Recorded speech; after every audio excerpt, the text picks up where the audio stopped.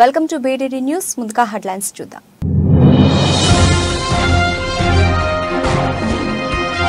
వాషింగ్టన్లో ఇజ్రాయెల్ రాయబార కార్యాలయం ముందు అమెరికా ఎయిర్ ఫోర్స్ ఉద్యోగి ఆత్మహత్య యత్నం.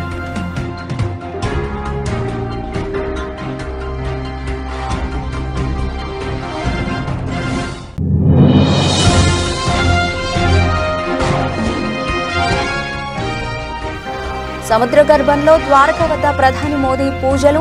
ఆక్సిజన్ మాస్క్ సాయంతో సముద్రం అడుగునకు చేరుకున్న మోదీ.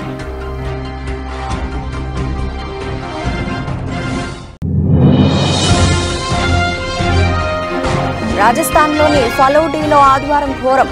నారీ కలెక్షన్ దుకాణం యజమానురాలు అనామిక బిష్ణోయ్ను తుపాకీతో కాల్చి చంపిన ఓ వ్యక్తి.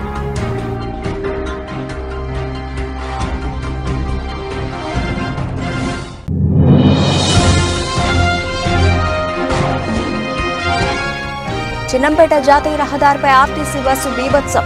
లారీ టైర్ పంచర్ చేస్తున్న నలుగురు పైకి దూసుకెళ్లిన బస్సు.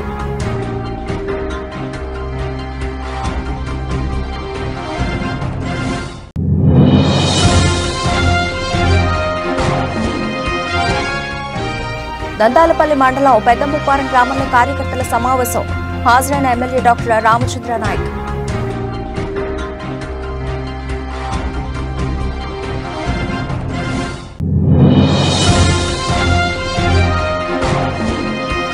నష్టాల్లో ప్రారంభమైన దేశీయ స్టాక్ మార్కెట్ సూచీలు 56.80 పాయింట్లు క్షీణించి 22,115.90 వద్ద ట్రేడ్ అవుతున్న నిఫ్టీ.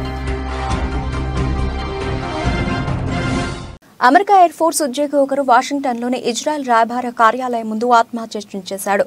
తనకు తాను మంటలాంటించుకున్నాడు. మంటలో కాలుతూ ఫ్రీ పాలస్తీనా అని నినాదాలు చేశాడు. మంటలాంటించుకునే ముందు అతడు మాట్లాడుతూ గాజాపై ఇజ్రాయెల్ చేస్తున్న మారణహోమంలో ఇక ఏమాత్రం నేను భాగం కాను, ఇందుకే నిరసనగా ఆత్మహత్య చేసుకుంటున్నాను అని చెప్పాడు. ఈ వీడియో ట్విచ్ ప్లాట్ఫామ్లో ప్రత్యక్ష ప్రసారమైంది. వెంటనే అధికారులు వీడియోను డిలీట్ చేయించారు.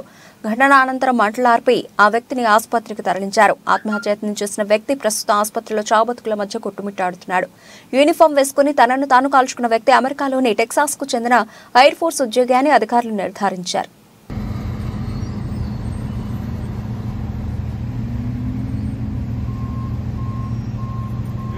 ప్రధాని నరేంద్ర మోదీ ఇవాళ అరేబియా సముద్ర తీరంలో నీట మునిగిన ద్వారకా నగరాన్ని సందర్శించారు. ఆయన ఆక్సిజన్ మాస్క్ సాయంతో సముద్రం అడుగు భాగానికి చేరుకున్నారు. అక్కడి పుణ్యభూమికి భక్తి ప్రపత్తులతో ప్రత్యేక పూజలు చేశారు. తనతో పాటు తీసుకెళ్ల నెమలి పించాలను వింజామరాలో వీచారు. అనంతరం ఆ పించాలను అక్కడే ప్రతిష్ఠించారు. పద్మాసనం వేసుకుని శ్రీకృష్ణ భగవాను స్మరించుకుంటూ ప్రార్థనలు చేశారు. శ్రీకృష్ణుడు నడయాడినట్టుగా భావిస్తున్న ఆ దివ్య నగరాన్ని చూసి మోదీ ముగ్ధులయ్యారు. మహాభారత కాలం నాటి ద్వారకా నగరం శ్రీకృష్ణుడి అవతార ప్రయోజనం సిద్ధించగానే సముద్ర జలాల్లో కలిసిపోయిందని పురాణాలు చెబుతున్నాయి. పరిశోధకులు నీట మునిగిన ద్వారకా నగరాన్ని కనుగొనడంతో మహాభారతం నిజంగానే జరిగిందన్న వాదనలకు బలం చేకూరుతోంది.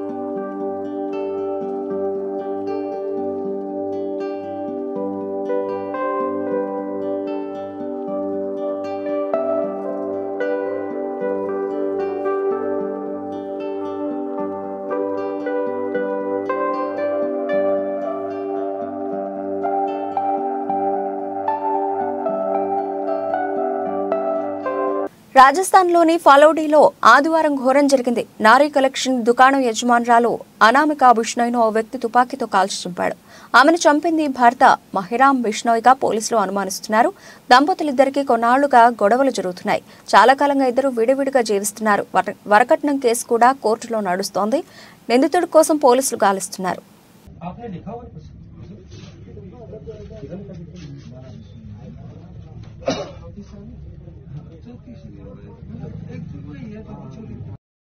అధిక పార్కింగ్ ఫీజు వసూలు చేసి అడ్డంగా దొరికిపోయాడు ఓ వ్యక్తి.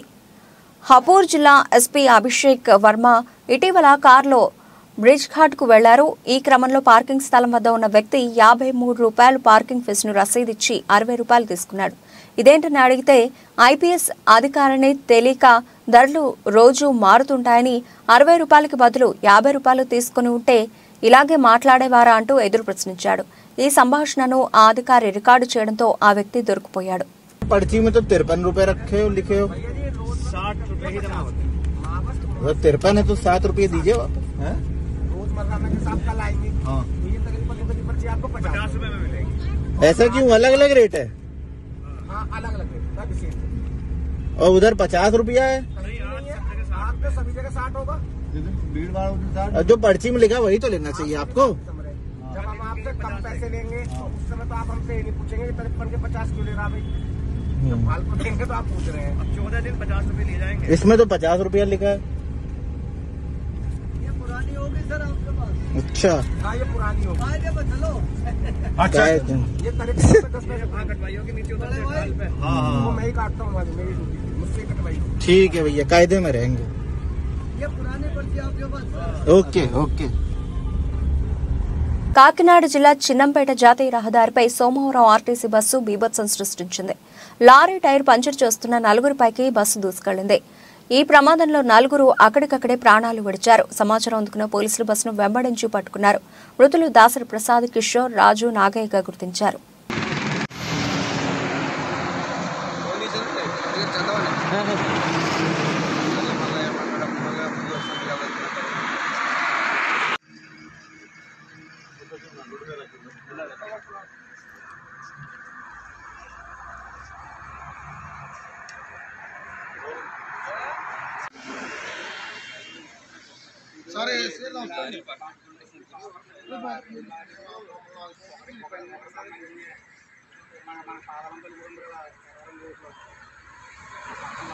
సోమవారం గద్వాల పట్టణంలోని బీజేపీ విజయ సంకల్ప యాత్రలో భాగంగా ఎస్వీ ఈవెంట్ హాల్లో విలేకరుల సమావేశంలో పాల్గొన్న కామారెడ్డి ఎమ్మెల్యే కాట్రపల్లి వెంకటరమణారెడ్డి. కామారెడ్డి ఎమ్మెల్యే మాట్లాడుతూ గత ప్రభుత్వం బీఆర్ఎస్ పార్టీ బంగారు తెలంగాణను అప్పుల రాష్ట్రంగా చేసిందని, అలాగే ఇప్పుడున్న కాంగ్రెస్ పార్టీ కూడా అభివృద్ధి చేయడం మర్చిపోయి ఓడిపోయిన వాళ్లని తిట్టడం తప్ప ప్రజల్ని పట్టించుకున్న పాపాన పోలేదని మండిపడ్డారు. కాబట్టి రాబోయే పార్లమెంట్ ఎన్నికల్లో మరొకసారి నరేంద్ర మోదీ నాయకత్వాన్ని బలపరచాలని, మహబూబ్ నగర్, నాగర్ కర్నూలు పార్లమెంట్ ఎన్నికల్లో తెలంగాణలో ఉన్న అన్ని ఎంపీ సీట్లు గెలిపించుకోవాలని, నరేంద్ర మోదీ నాయకత్వాన్ని మరొకసారి బలపరచాలని, భారతదేశ అభివృద్ధి పథంలో ముందుకు వెళ్లాలంటే బీజేపీ పార్టీకి ఓటు వేసి గెలిపించాలని కామారెడ్డి ఎమ్మెల్యే కాట్రపల్లి వెంకటరమణారెడ్డి తెలిపారు. ఖచ్చితంగా ఇవాళ కోల్ మైన్స్ ఉన్నటువంటి సింగరేణి ఇన్కమ్ ట్యాక్స్ గురించి సింగరేణి కార్మికులు నేను వెళ్ళినప్పుడు కొత్తగూడెం వరకు, మంచిర్యాల నుంచి కొత్తగూడెం వరకు అడిగినటువంటి సందర్భం వాళ్ళ ఇన్కమ్ ట్యాక్స్ దాని గురించి. దాన్ని కేంద్ర ప్రభుత్వం దృష్టికి తీసుకెళ్తాం.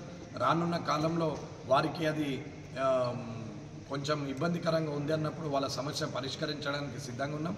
అది ఇన్కమ్ ట్యాక్స్ రద్దు చేసే పరిస్థితిలో సింగరేణి కార్మికులు వాళ్ళు సగం జీవితం బొగ్గు బావిలలోనే ఉంటారు, సగం జీవితము వచ్చి బయట ప్రపంచంలో ఉంటారు. కానీ వారికి చేయాల్సినటువంటి అవసరం ఎంతైనా ఉంది. కాబట్టి భారతీయ జనతా పార్టీ తెలంగాణ శాఖ ఆధ్వర్యంలో కిషన్ రెడ్డి గారి ద్వారా ఖచ్చితంగా ప్రధానమంత్రి గారికి అది విన్నవించి ఆ పని కూడా చేస్తామంటున్నాం. అట్లాగే నాగర్ కర్నూలు, మహబూబ్ నగర్ కంపల్సరీ కూడా ఈసారి భారతీయ జనతా పార్టీ గెలుస్తుంది.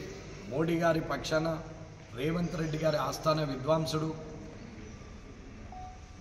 కొనుగోలు అనే ఒక వ్యక్తి సర్వే చేస్తే 59% మోడీ గారి పేరు మీద ప్రజలందరూ మోడీ గారికి ఓటేస్తామని 59% చేసిరన్నారు. దీనికి కాంగ్రెస్ వాళ్ళు కంగారు పడ్డరు, బేజారైపోయారు. ఇవాళ ఖచ్చితంగా 17 సీట్లు అనుకుంటే 2 ముఖ్యమంత్రులను ఓడగొట్టినటువంటి భారతీయ జనతా పార్టీ అసదుద్దీన్ ఓవైసీని కూడా ఓడగొట్టేందుకు కూడా సిద్ధంగా ఉన్నారు. పాత బస్తీ కూడా మన ఖాతాలో పడేటువంటి పరిస్థితిలో కూడా ఉంది. మోడీ గారు చేస్తున్న అభివృద్ధి వర్ణిస్తున్నారు. రాబోయే కాలంలో ఆస్ట్రేలియాలో, అమెరికాలో ఉన్నటువంటి మన పిల్లలు మన ఇండియాలోకి వచ్చే ఉద్యోగం చేయాలి. ఇతర దేశాల్లో ఉన్న పిల్లలు కూడా, విదేశీల పిల్లలు కూడా భారతదేశంకి వచ్చి ఉద్యోగం చేసే పరిస్థితికి వస్తుంది. ఇవాళ 5వ స్థానంలో ఉంది, రేపు మొదటి స్థానంలోకి వస్తుంది. కాబట్టి 3వసారి కూడా ప్రధానమంత్రి 400 సీట్లకు పైబడి ప్రధానమంత్రిగా ప్రమాణ స్వీకారం చేయబోతున్నారు. ముందస్తుగానే ఆయనకు శుభాకాంక్షలు తెలియజేస్తున్నారు. మాదిగ రిజర్వేషన్ పోరాట సమితి మార్కాపురం ఆర్ఎండ్బి బంగ్లానందు ముఖ్య కార్యకర్తల సమావేశాన్ని ఏర్పాటు చేశారు. ఈ సమావేశానికి మార్కాపురం మండల అధ్యక్షులు దారి వేముల రమేష్ మాదిగ అధ్యక్షతన వహించారు. సమావేశానికి ముఖ్య అతిథులుగా ఎంఆర్పీఎస్ వ్యవస్థాపక అధ్యక్షులు ఉసురుపాటి బ్రహ్మయ్య మాదిక ఈ సందర్భంగా ఆయన మాట్లాడుతూ ఎస్సీ వర్గీకరణ అంశాన్ని అన్ని రాజకీయ పార్టీలు విస్మరించాయని, ఎన్నికల సమయంలోనే వర్గీకరణ అంశాన్ని పార్టీలు ప్రస్తావిస్తూ మాదిగల ఓట్లు దండుకోవాలని ఉన్నాయని, కేంద్రంలో 9 సంవత్సరాలు అధికారంలో ఉన్న బీజేపీ వర్గీకరణ విషయంలో మాదిగలను మోసం చేస్తూ వచ్చి ఎన్నికల నాటికి వర్గీకరణ అంశాన్ని తెరపైకి తేవడం అంటే దేశంలోనే బలంగా ఉన్న మాదిగ ఉపకులాల ఓట్ల కోసం గాలం వేయడమే అని విమర్శించారు.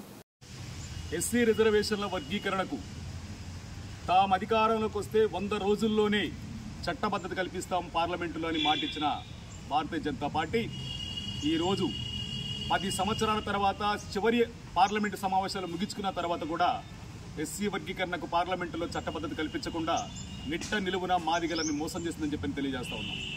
మాదిగలని మోసం చేయడంలో అన్ని రాజకీయ పార్టీల కన్నా భారతీయ జనతా పార్టీ ఒక ప్రధాన పాత్ర పోషించినట్టుగా వ్యవహరించిందని కూడా మేము చెప్తా ఉన్నాం.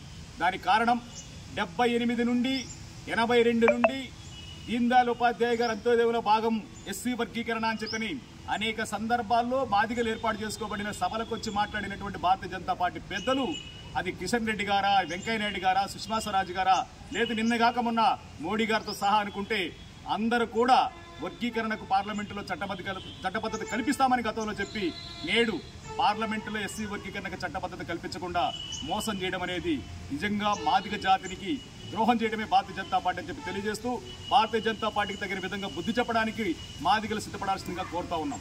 అదేవిధంగా ఈరోజు రాష్ట్రంలో అన్ని ప్రధాన రాజకీయ పార్టీలు మేము డిమాండ్ చేస్తూ ఉన్నాం. అన్ని ప్రధాన రాజకీయ పార్టీలు డిమాండ్ చేస్తూ ఉన్నాం. ఎమ్మెల్యే స్థానాలు 29 స్థానాలకు ఎస్సీ అభ్యర్థులను ప్రకటించే దగ్గర మాలా మాదిగలకు సమాన అవకాశాలు కల్పించాల్సిందే. లేదు ఆంధ్రప్రదేశ్లో మాదిగలు తక్కువ ఉన్నారనో మాలలు ఎక్కువ ఉన్నారనో మొత్తం మాల సామాజిక వర్గానికి పెద్దపేటేసే విధంగా ముందుకెళితే అది బీజేపీ అయినా, అది జనసేన అయినా, టీడీపీ అయినా, వైసీపీ అయినా తగిన మూల్యం చెల్లించుకోక తప్పదని కూడా సందర్భంగా హెచ్చరిస్తూ ఉన్నాం. ప్రధాన రాజకీయ పార్టీలు అన్నీ కూడా మాదిగలకు సమాన గౌరవాన్ని, సముచిత స్థానాన్ని కల్పించాలని చెప్పి మేము డిమాండ్ చేస్తూ ఉన్నాం. 29 స్థానాల్లో మా జనాభా దామాష ప్రకారం మాకు 14 కేటాయించింది. 14 అసెంబ్లీ స్థానాలు కేటాయించేందుకు మేము డిమాండ్ చేస్తూ ఉన్నాం. అదేవిధంగా 4 ఎంపీ స్థానాలకు గాను 2 ఎంపీ స్థానాలను మాదిగలు కేటాయించేందుకు మేము డిమాండ్ చేస్తూ ఉన్నాం. ఆ డిమాండ్ని నెరవేర్చుకునే విధంగా ఈరోజు ఆంధ్రప్రదేశ్లో ఉండబడినటువంటి అన్ని జిల్లాల్లో మా మాదిగలను సమీకరించుకొని ఒక సంఘటిత శక్తిగా రాష్ట్ర ప్రభుత్వాలకు మాదిగల ఐక్యతని, మాదిగల శక్తిని చాటం కోసం కూడా మా వంతు ప్రయత్నం చేస్తూ ఉన్నాం. అదేవిధంగా మాదిగలను కానీ తక్కువ చూపు చూసి చిన్న చూపుతోటి మాదిగలను గౌరవపరిచే విధంగా ఏ పార్టీ వ్యవహరించినా కూడా ఆ పార్టీకి తగిన విధంగా బుద్ధి చెప్పడానికి మాదిగలు రిజర్వేషన్ పోరాటం సిద్ధంగా మేము తెలియజేస్తా ఉన్నాం. బోడుపల్ మున్సిపల్ కార్పొరేషన్ పరిధిలో రాపోలు సందీప్ చారిటబుల్ ట్రస్ట్ ఆధ్వర్యంలో లయన్స్ క్లబ్ స్నేహపూరి వారి సహకారంతో బోడుపల్ మున్సిపల్ కార్పొరేషన్ 12వ డివిజన్ పరిధిలో అంబేద్కర్ నగర్లో ఉచిత మెగా వైద్య శిబిరం ఏర్పాటు చేశారు. ఈ కార్యక్రమంలో టీపీసీసీ ఉపాధ్యక్షులు తోటకూర వజ్రేష్ యాదవ్, మాజీ ఎమ్మెల్యే మలిపెద్ది సుధీర్ రెడ్డి, మేడ్చల్ జిల్లా కాంగ్రెస్ పార్టీ అధ్యక్షుడు హర్షవర్ధన్ రెడ్డి, కాంగ్రెస్ పార్టీ సీనియర్ నాయకులు నక్క ప్రభాకర్ గౌడ్ ముఖ్య అతిథులుగా పాల్గొని ఉచిత వైద్య శిబిరాన్ని ప్రారంభించారు. ఈ శిబిరంలో సుమారు 800 మందికి కంటి పరీక్షలు, దంత పరీక్షలు, ఈసీజీ, ఎముకల సమస్యలు, మహిళల అనారోగ్య సమస్యలు, బీపీ, షుగర్ వంటి పరీక్షలు నిర్వహించి అవసరమైన మందులు కూడా ఉచితంగా అందజేశారు. మా యొక్క సీనియర్ నాయకుడు రాపోల్ రామలన్న యొక్క కుమారుడైనటువంటి రాపోల్ సందీప్ స్వతంత్ర సేవా కార్యక్రమం మీద ఆయనను స్మరించుకుంటూ ఆయన ఉన్నట్లనే ఆయన యొక్క సుఖ సంతోషాలు ఏ విధంగా ప్రజలకు మొత్తం పంచుకుంటూ ఈ విధంగా ఈ యొక్క కార్యక్రమాన్ని చేపట్టడం చాలా సంతోషకరం.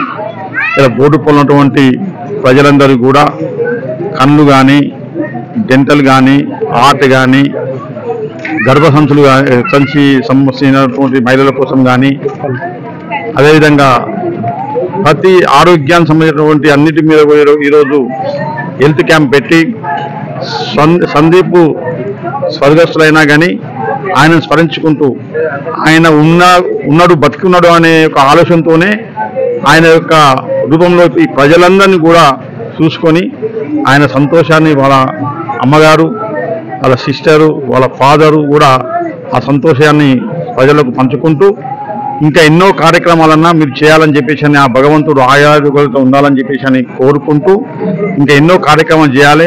దాన్ని కూడా మా వంతు సహకారం కూడా మేము ఎప్పటికీ అండగా ఉంటామని చెప్పేసి రామనుకుంటామని చెప్పి నేను తెలియజేసుకుంటున్నాను. మహబూబాబాద్ జిల్లా దంతాపల్లి మండలం పెద్దముప్పారం గ్రామంలో కార్యకర్తల సమావేశంలో కార్యకర్తల సమస్యల్ని అడిగి తెలుసుకున్నారు. డబుల్ బెడ్రూమ్, రోడ్ల మరమ్మతులు సమస్యలను త్వరలోనే పరిష్కారం చేస్తామని అన్నారు. అలాగే ఇటు ఎమ్మెల్యేగా ప్రజలకు సేవ చేస్తూ కార్యకర్తలకు, ప్రజలకు హెల్త్ సమస్యలను తానే సొంతంగా ఆపరేషన్ చేసి ప్రజల గుండెల్లో నిలిచిపోయారు. కళ్యాణ్ రామ్ వయసు 15 సంవత్సరాలు. 6 నెలలుగా కడుపు నొప్పితో ఇబ్బంది పడుతున్న కళ్యాణ్ రామ్కి ఆపరేషన్ చేసిన ఎమ్మెల్యే డాక్టర్ రామచంద్ర నాయక్. దంతాలపల్లి బాలాజీ గార్డెన్లో కళ్యాణ్ లక్ష్మి చెక్కులను పంపిణీ చేసిన డాక్టర్ రామచంద్ర నాయక్. ఈ కార్యక్రమంలో ZP vice chairman Nookala Venkateswara Reddy, MPP Oladri Uma Mallareddy, MPTC Yakanna, MPDO, MRO, కార్యకర్తలు, ప్రజలు, అభిమానులు పాల్గొన్నారు. టెండర్ కాల్ఫర్ అయి ఉంటే కాంట్రాక్టర్ల దగ్గర గతంలో చేసిన పనులకు బిల్లులు చెల్లించక వాళ్ళు చేయలేని పరిస్థితిలో ఉన్నారు. అప్పు తెచ్చి యాడ్ నుంచి చేయం సార్ అంటున్నారు. వాళ్ళని తొందర పెట్టట్లేదు, వాళ్ళని ఇబ్బంది పెట్టట్లేదు. కాబట్టి ఒక్కొక్కటిగా అన్ని పరిష్కారం అవుతాయి.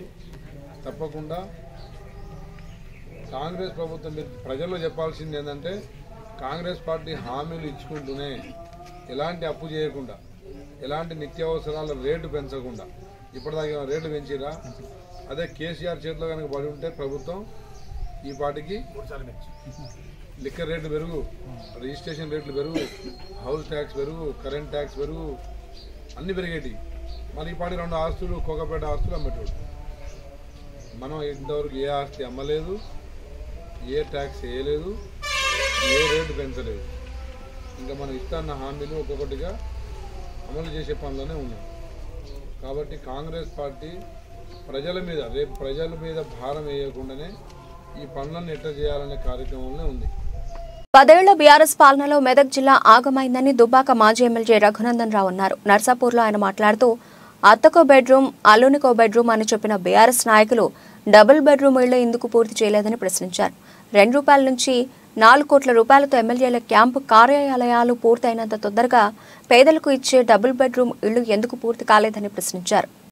కానీ అట్లాంటి దయచేసి వండి వార్చేటువంటి కథనాలని దయచేసి ప్రోత్సహించొద్దని మాత్రమే మేము మరొకసారి మీ ద్వారా వారికి అప్పీల్ చేస్తా ఉన్నాం.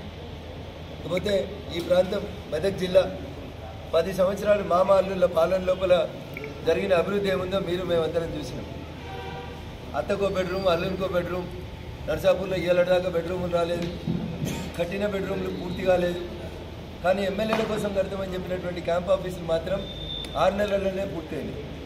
గజ్వేల్ అవుతుంది, దుబ్బాకలు అవుతుంది, సిద్దిపేటలు అవుతుంది, నర్సాపూర్లు అవుతుంది. ఎమ్మెల్యేల క్యాంపు కార్యాలయాలు పూర్తయినంత వేగంగా 2 కోట్ల నుంచి 4 కోట్లు పెట్టి కట్టిన ఎమ్మెల్యేల క్యాంపు కార్యాలయాలు పూర్తయినంత వేగంగా 2 BHK పూర్తి కాకపోవడం అనేది బాధాకరమైనటువంటి విషయం.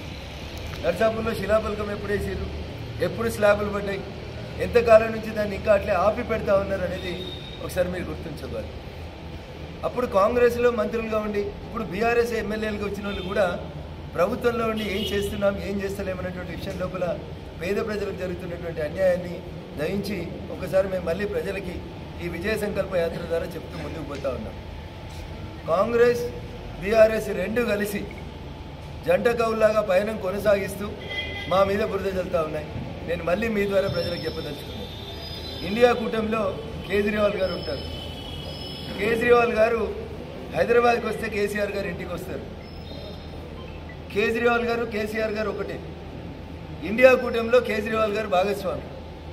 మరి కేజ్రీవాల్ కేసీఆర్కు మిత్రుడు అయినప్పుడు జగ్గేపేట నియోజకవర్గం నందిగమ్మ మండలం దాములూరు గ్రామంలో గ్రామానికి చెందిన వైఎస్ఆర్సీపీ 10వ వార్డు మెంబర్ మంద ముత్తయ్యతో పాటు మంద హరికృష్ణ, మంద యేసోబు, మంద చందు, కందుకూరి సంగమేశ్వరరావు, పార్షిపు కోటి, అరిగిల వెంకటేశ్వరరావు, బలుసుపాటి సంగమేశ్వరరావు, గుంజి శ్రీనివాసరావు, గుడిపూడి వెంకటేశ్వరరావు 10 కుటుంబాలు వైఎస్ఆర్సీపీ పార్టీకి గుడ్ బై చెప్పి దాములూరు గ్రామ తెలుగుదేశం పార్టీ నాయకులు నెల్లూరి గోపీనాథ్, నేలవెల్లి సిద్ధార్థ ఆధ్వర్యంలో టీడీపీ జాతీయ కోశాధికారి, జగ్గేపేట నియోజకవర్గ తెలుగుదేశం పార్టీ ఇన్ఛార్జ్ శ్రీరామ్ రాజగోపాల్ తాతయ్య సమక్షంలో తెలుగుదేశం పార్టీలో చేరారు. వీరికి తాతయ్య పార్టీ కండువాలు వేసి పార్టీలోకి సాదరంగా ఆహ్వానించారు. ఈ సందర్భంగా పార్టీలో చేరిన వారు మాట్లాడుతూ తాతయ్య గెలుపు కోసం చంద్రబాబు నాయుడిని ముఖ్యమంత్రిగా చేసుకునేందుకు సాయశక్తులా పనిచేస్తామని వారు స్పష్టం చేశారు.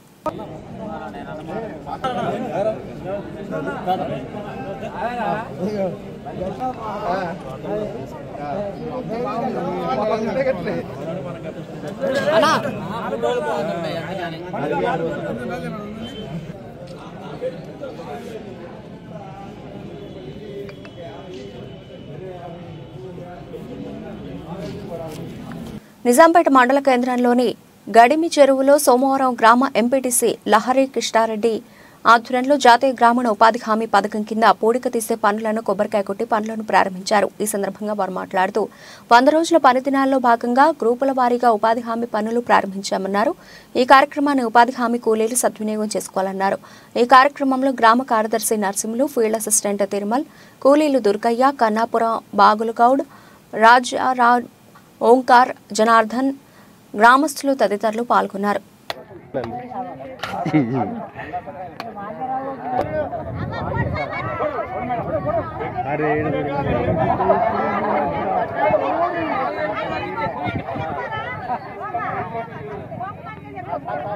ఉపాధి హామీ పథకం ప్రారంభించడం జరిగింది. ఈ ఉపాధి హామీ పథకాన్ని అందరూ వినియోగించుకోవాలని కోరుతున్నాను. రైతులు కూడా ఈ మట్టిని తీసుకుపోయి పొలాల్లో ఎరువుగా యూజ్ చేసుకోవాలని కోరుతున్నాను. ఖమ్మం జిల్లాతో తనకు ఎన్నో ఏళ్ల అనుబంధం ఉందని, కమ్మ సామాజిక వర్గానికి చెందిన తనకు ఖమ్మం ఎంపీ టికెట్ ఇవ్వాలని టీపీసీసీ కార్యనిర్వాహక అధ్యక్షుడు చెట్టి కుసుమకుమార్ కోరారు. ఖమ్మం జిల్లా కాంగ్రెస్ కార్యాలయంలో మీడియాతో మాట్లాడుతూ ఎన్ఎస్యూఐ విద్యార్థి సంఘ నాయకుడిగా అనేక ఎన్నికల్లో ఖమ్మం జిల్లా ఇన్ఛార్జిగా పనిచేశామన్నారు. జిల్లాలోని కాంగ్రెస్ అన్ని అనుబంధ సంఘాలతో తనకు అనుబంధం ఉందన్నారు. ఈ రోజుల్లో నాకంటే సీనియర్స్ కాంగ్రెస్ పార్టీలో సీనియర్ నాయకులలో అతి కొద్ది మందే ఉన్నారు. నేను 87 నుంచి కాంగ్రెస్ పార్టీ రాజకీయాల్లో ఉన్నాను. ఒక స్వాతంత్ర సమరయోధుడి కుటుంబం నుంచి వచ్చాను. కాబట్టి కాంగ్రెస్ పార్టీ అధిష్టానం, నాకున్న కాంగ్రెస్ పార్టీతో ఉన్న అనుబంధం, నాకున్న సీనియారిటీ, ఖమ్మం జిల్లా ప్రజలతో, ఖమ్మం జిల్లా నాయకులతో నాకున్న అనుబంధాన్ని అన్నీ గుర్తించి నాకు అవకాశం కల్పిస్తుందని చెప్పేసి నేను ఆశిస్తూ ఉన్నాను. నేను ఇంతకుముందు చెప్పినట్టు ఖమ్మం జిల్లా అనేది కాంగ్రెస్ జిల్లా. నా వంతుగా ఇంకా దాన్ని బలోపేతం చేయడానికి నా వంతు పూర్తి సమయాన్ని కేటాయించి కృషి చేస్తానని చెప్పేసి పత్రికాముఖంగా మీ అందరికీ తెలియపరుస్తూ ఉన్నాను.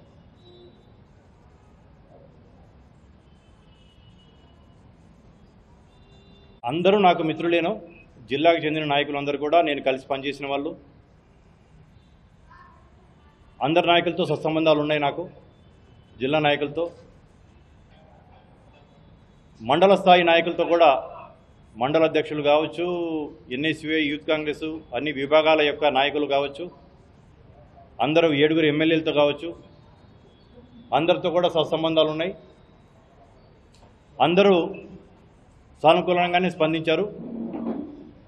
అధిష్టానం కనుక నిర్ణయిస్తే మనస్ఫూర్తిగా అందరూ నాకు సహకరిస్తారని చెప్పేసి నేను ఆశిస్తున్నాను.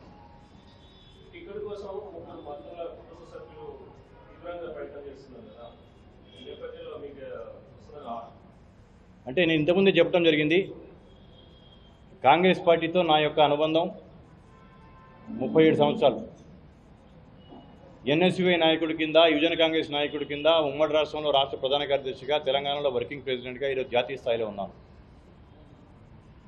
ఒకవేళ కాంగ్రెస్ అధిష్టానం పార్టీలో సీనియారిటీని, పార్టీ యొక్క కమిట్మెంట్ని, పార్టీలో ఇన్ని సంవత్సరాలు పనిచేసిన యొక్క నేను చేసిన పనులు. అనంతపురం జిల్లా ఉరవకొండ పట్టణ శివార్లో ఘోర రోడ్డు ప్రమాదం చోటు చేసుకుంది. వ్యవసాయ కూలీలతో వెళుతున్న బొలెరో పికప్ వాహనం టైర్ బర్స్ట్ కావడంతో అదుపు తప్పి బోల్తా పడడంతో 25 మందికి తీవ్ర గాయాలయ్యాయి. అందులో 5గురి పరిస్థితి విషమంగా ఉంది. వీరంతా వజ్రకరూరు నుండి పాల్తూరుకు మిర్చి పంటలో మిరపకాయలు పీకడానికి వెళుతున్నారు.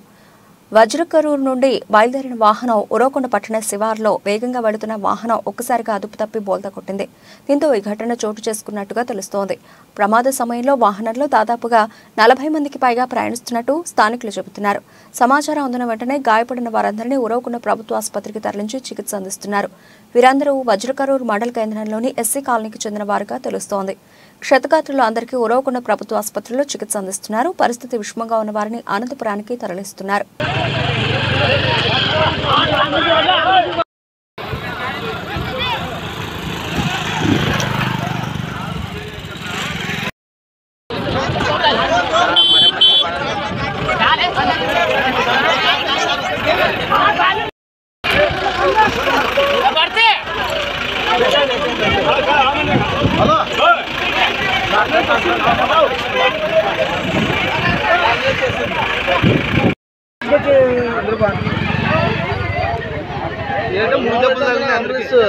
ఇంకా కూడలు వస్తున్నారు, గుంటలు వస్తున్నారు.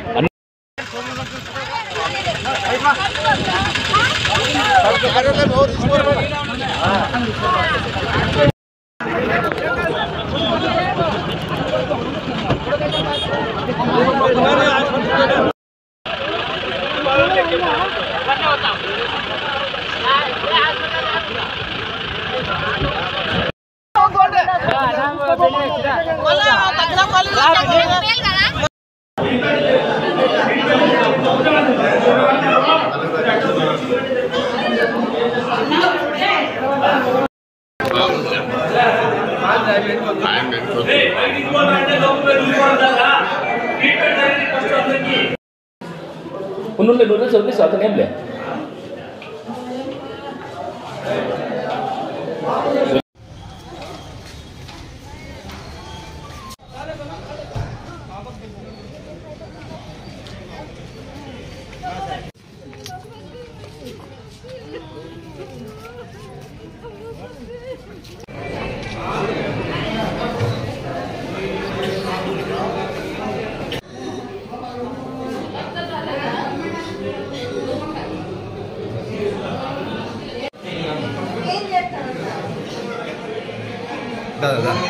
దేశీయ స్టాక్ మార్కెట్ సూచీలు సోమవారం నష్టాల్లో ప్రారంభమయ్యాయి. ఉదయం 9:20 సెన్సెక్స్ 144.50 పాయింట్ల నష్టంతో 72,998.30 వద్ద, నిఫ్టీ 56.80 పాయింట్లు క్షీణించి 22,155.90 వద్ద ట్రేడ్ అవుతున్నాయి. సెన్సెక్స్ ప్యాక్ నుంచి ఉదయం సెషన్లో టైటాన్, మారుతి, ఎన్టీపీసీ లాభాల్లో ఉండగా హెచ్డీఎఫ్సీ, టీసీఎస్, ఎయిర్టెల్ నష్టాల్లో ఉన్నాయి. డాలర్తో పోలిస్తే రూపాయి మార్కం విలువ 0.03% లాభపడి 82.88 వద్ద ప్రారంభమైంది.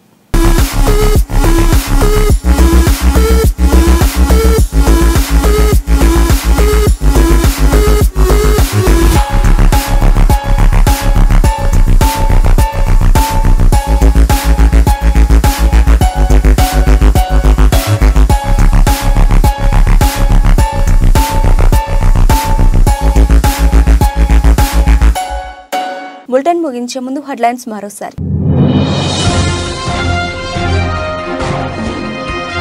వాషింగ్టన్లో ఇజ్రాయెల్ రాయబార కార్యాలయం ముందు అమెరికా ఎయిర్ ఫోర్స్ ఉద్యోగి ఆత్మహత్య యత్నం.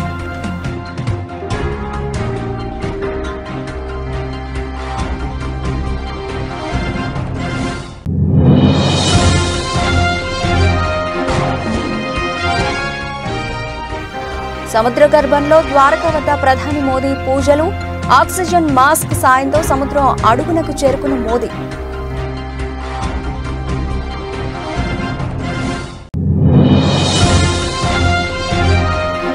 రాజస్థాన్లోని ఫలౌడీలో ఆదివారం ఘోరం.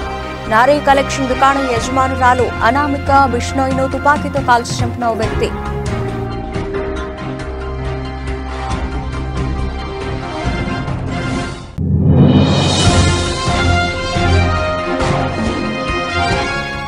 చిన్నంపేట జాతీయ రహదారిపై ఆర్టీసీ బస్సు బీభత్సం.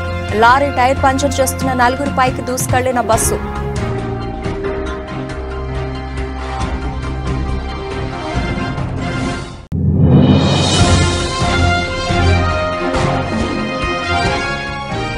దంతాలపల్లి మండలం పెద్దముప్పారం గ్రామంలో కార్యకర్తల సమావేశం. హాజరైన ఎమ్మెల్యే డాక్టర్ రామచంద్ర నాయక్.